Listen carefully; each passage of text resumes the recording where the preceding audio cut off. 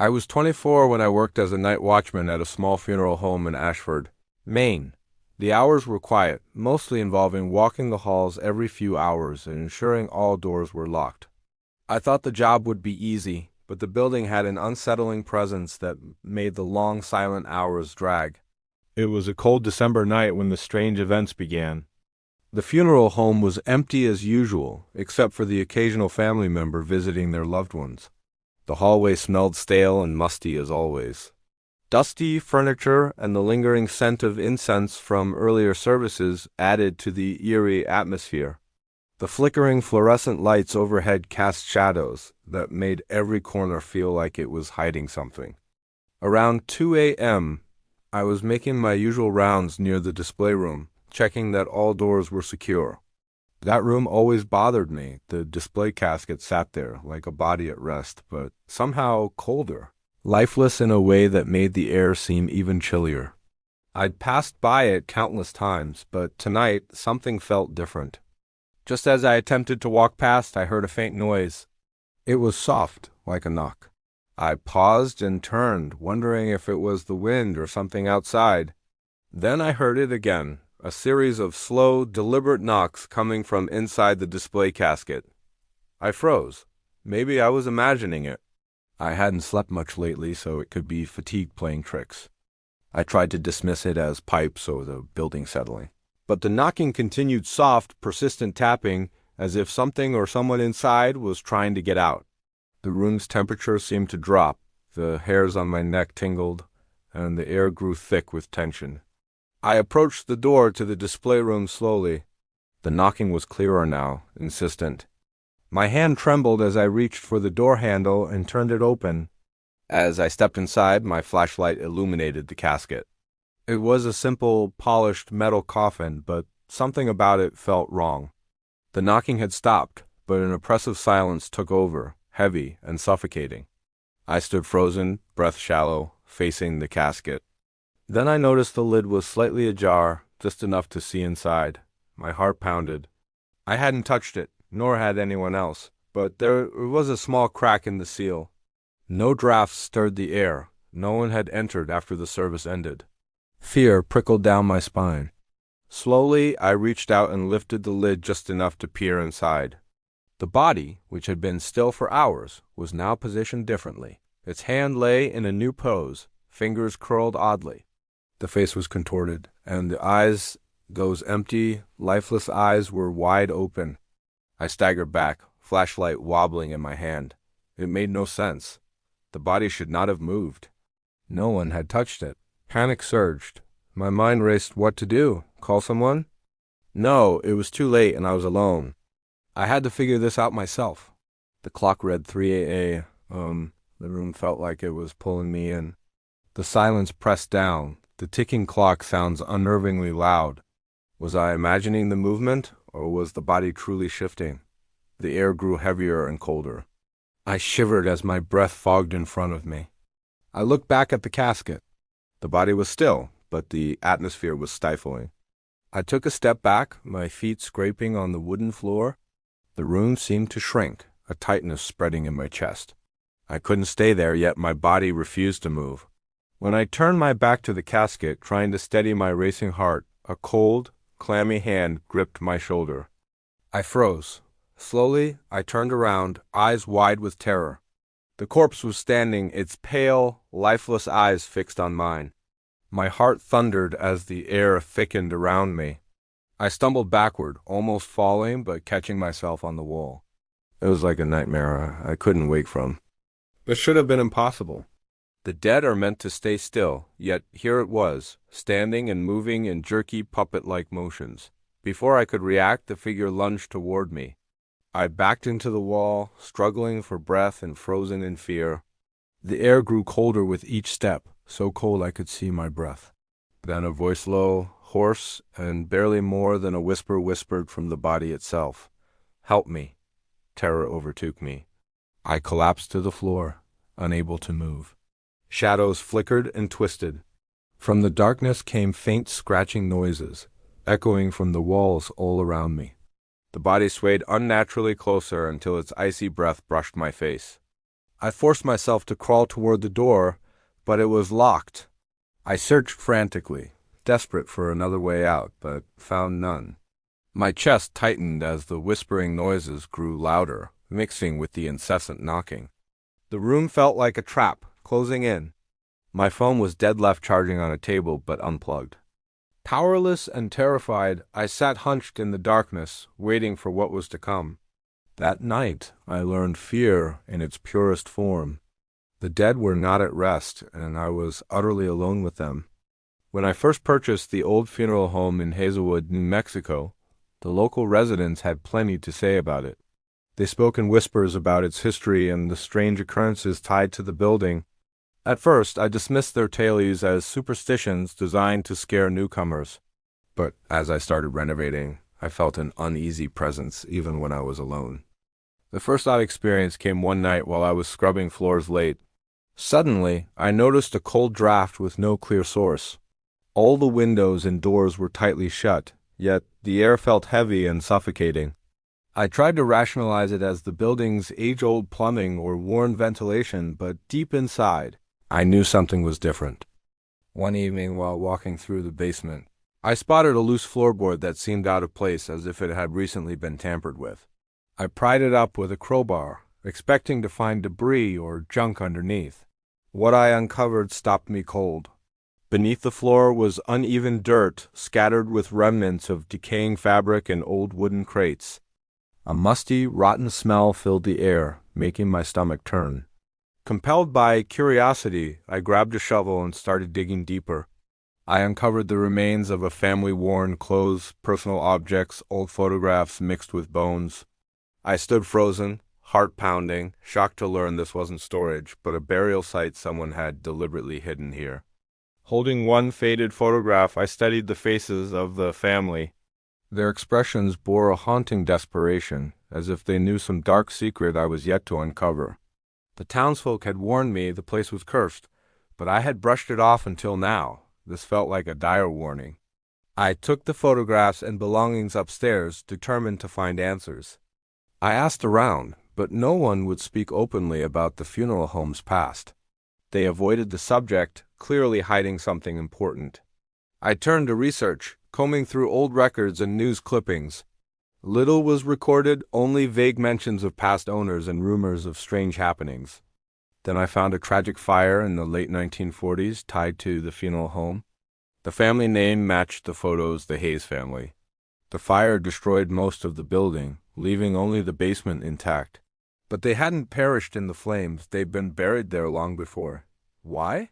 Who hid them?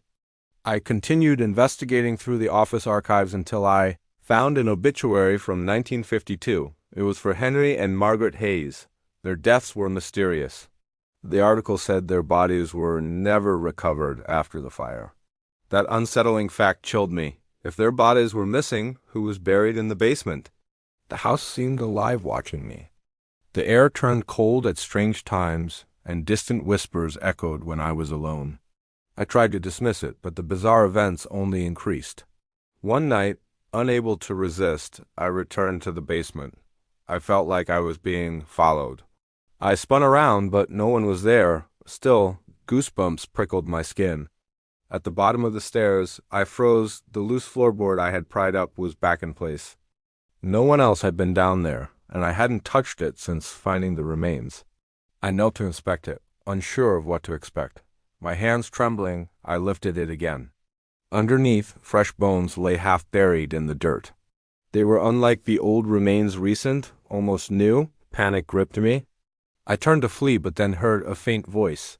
"Get out," it whispered, clear and haunting. The words echoed through the basement, coming from the walls themselves. Frozen, heart hammering, I felt suffocated by the thick, pressing air. Every instinct screamed at me to leave. I backed toward the stairs. As I reached the top, the basement door slammed shut behind me. There was no wind, no one around, yet it locked tight. I pounded on the door, shouting for help, but no one answered.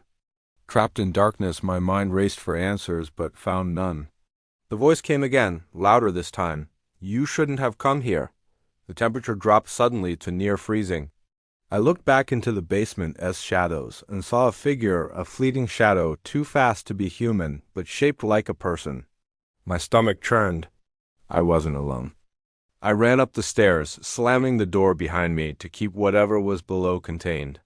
But the eerie feeling lingered. I wasn't safe. I raced to the front door and yanked the handle, but it wouldn't budge, locked from the inside. My heart pounded as I rattled the door in desperation. No escape. Turning toward the dark hallway, the whispering stopped. I was alone, or so I thought. Then footsteps sounded, slow at first, but growing louder and faster, approaching me.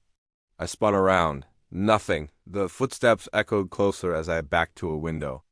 It was locked like the door. The sense of being watched, hunted, was overwhelming. I dashed to the alley behind the funeral, home blocked off, no way out. Reality slipped away. This place had become a prison. Then a voice broke the silence, clear, cold, and cutting. You were never meant to find them. Silence fell again, heavy and oppressive. A cold hand brushed my shoulder. I whirled around empty hallway, but the presence remained. I understood then, the family hidden in the basement wasn't just buried. They were trapped, and the curse had claimed me as well. I spent the rest of the night inside, trapped. Every attempt to leave failed, doors locked, windows sealed. The building watched me like a living thing. When dawn finally broke and I stepped outside, I couldn't shake the feeling something had followed me from the basement. I was 19 when I began helping my grandfather at his funeral home in Boise, Idaho. He'd been running the place on his own ever since my grandmother passed away, and I felt I owed him my time for all the years he'd looked after me. Most of my duties were small cleaning rooms, arranging chairs, sorting files in the office, but even those tasks carried a quiet weight. Being surrounded by the dead in a silent building leaves an impression on you.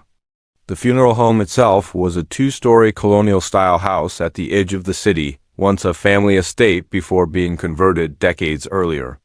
It carried a layered smell, old wood and faint lavender, but beneath it something clinical and sharp like antiseptic clinging to the air. My grandfather always said the house had good bones, but at night the groaning walls felt alive, like they were breathing. I usually kept to the first floor, venturing upstairs only for supplies or fresh linens. One afternoon he asked me to clean the embalming room while he stepped out to meet a client. It was the one part of the building I hated being alone in. Cold, bright, and too quiet. Even the buzz of the overhead light felt like it was staring at me. As I mopped near the far wall, I noticed a seam along the baseboard that didn't match the rest. Curious, I leaned closer.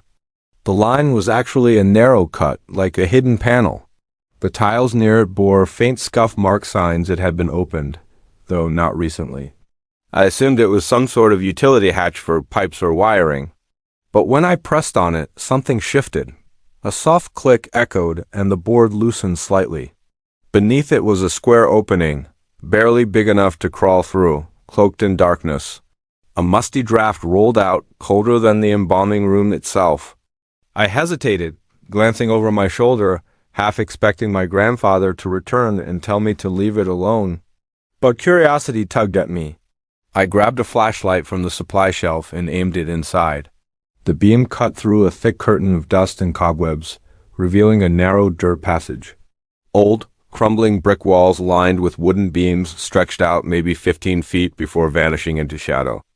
The air inside felt wrong, not just cold but unnaturally still, like the space had been sealed for a reason. I knelt down, my gut warning me to stop. But the silence of the funeral home made every sound louder my breath, the flashlight's click, even a faint whisper somewhere distant. Slowly, I crawled inside, one arm outstretched, fingers grazing the gritty floor. As the wall behind me faded from view, a heavy sense of trespass settled over me. I wasn't supposed to be here. The passage narrowed the farther I went, forcing me to turn slightly sideways to keep moving. My flashlight flickered once, and I froze, my heart hammering until it steadied again. Dust hung in the beam like smoke. The entrance behind me was now a shrinking rectangle of light. Beyond that, only the sterile quiet of the embalming room. The walls here felt different, older than the house's foundation, almost like stone laid long before the building existed. My hand brushed something soft and decayed. I jerked back, aiming the flashlight down. Under debris lay an old torn cloth bundle. It looked like a blanket, the kind you'd find in a nursery. That's when it hit me. This wasn't a storage crawlspace. It had been used. The passage ended at a small wooden door, barely higher than my shoulders, crookedly embedded into the stone. The metal latch was rusted but unlatched. I hesitated, then slowly pulled it open. It groaned like it hadn't been touched in decades. Behind it was a cramped room, maybe 8 feet wide, nearly empty except for a single rocking chair in the middle, moving ever so slightly as if it had just been nudged. I stayed in the doorway, holding my breath. The chair rocked twice more, then stilled. My flashlight dimmed again, just briefly, but enough to make the shadows jump. Scratches marked the walls, faint clawing like someone had tried to escape. Above the chair hung a lone chain from the ceiling, ending in nothing. I stepped inside carefully, scanning for anything else. In the corner, half buried under loose dirt, sat a small tin box. I picked it up and opened it. Inside were brittle papers and an old photograph, a man and a young boy standing in front of the funeral home decades ago. On the back, faded pencil warned, "For your own good, keep this shut." That's when I heard it, a shuffling sound from the crawlspace I had just come through. Faint like skin dragging over stone, my body tensed. I gripped the flashlight but didn't move. It wasn't an animal. It was deliberate, slow, paced, like someone crawling the same path I'd taken. I turned my light back toward the door. Behind me, the rocking chair began moving again, harder now, jerking in sharp bursts as if someone were pushing it. I didn't look back. I crouched low and scrambled into the tunnel, ignoring the cramped walls and scraping rocks. I just wanted out. The crawl back felt longer, as if the passage stretched with each panicked movement. My flashlight flickered again, and this time didn't recover. I smacked it against my palm until it glowed weakly. The sound behind me was closer now, still dragging, still patient, as though it knew I couldn't move fast enough. My knees burned on gravel. The air smelled different now, like freshly turned soil. I reached the opening at last, pulling myself into the embalming room and slamming onto the tile floor. I turned, flashlight trembling, and stared at the crawlspace. Nothing. Just the square hole in the wall, perfectly still, as though it had never been touched. But I knew something had followed me. I sat on the floor, chest heaving, eyes locked on that dark square, waiting for a hand to emerge. When nothing came, I pushed the panel shut and backed away without turning. I didn't tell my grandfather. I couldn't explain the chair, the picture, the thing that followed. I avoided that wall from then on. Days passed, and I began convincing myself I'd imagined most of it until I saw the rocking chair. It was in the garage, tucked behind old tools and shelves of chemical supplies. Same shape, same color, same faint carving on the armrest, 3 short lines scratched deep. My grandfather caught me staring.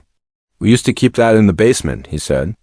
"I moved it out when we stopped using the lower rooms." I said nothing. My mouth went dry. That night, after a small service, I stayed late to clean. Alone in the building, I passed the hallway outside the embalming room and heard it again. The soft, familiar creak of wood shifting under weight, the sound of a chair rocking. I froze, then walked quickly out the front door, locking it behind me without finishing up. A week later I quit, telling my grandfather I couldn't balance school and work, which was partly true, but not the real reason. The crawlspace never came up again. Yet sometimes when I drive past the funeral home, I swear I see the garage light on. And every so often, something moves in the upstairs window, though my grandfather always said that part of the house hasn't even used in years.